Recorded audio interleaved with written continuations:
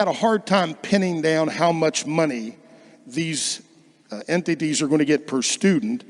In 19 to 20 school year, the state share was about $6,400. In 2021, it was about $6,436. So they're going to get 90% of that figure. Is that correct? That's correct, but they also, public charter schools, just like public schools, can also receive federal funds to educate the students with disability or special needs. Right, and they're also going to get the students, the public school students' share of federal funds, which are around $1,800 in 2021. Do you agree with that? Actually, that changes per county. I believe it's based on enrollment of students.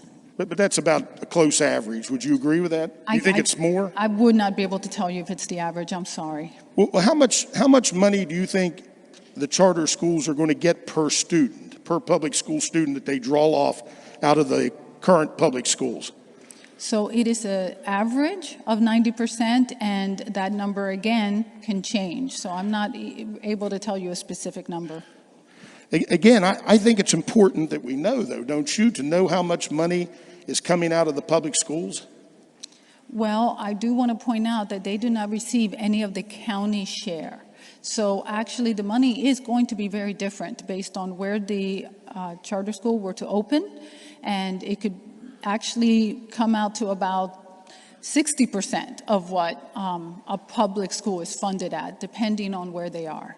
Well, it could.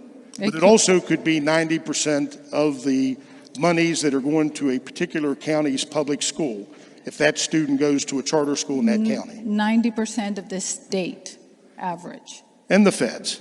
The Fed money goes with them too, right? And the federal money goes to help educate the special education students. Okay, and we don't have any idea or have provided any estimates to the public school system to let them know what that amount is going to be or what they ought to be prepared for.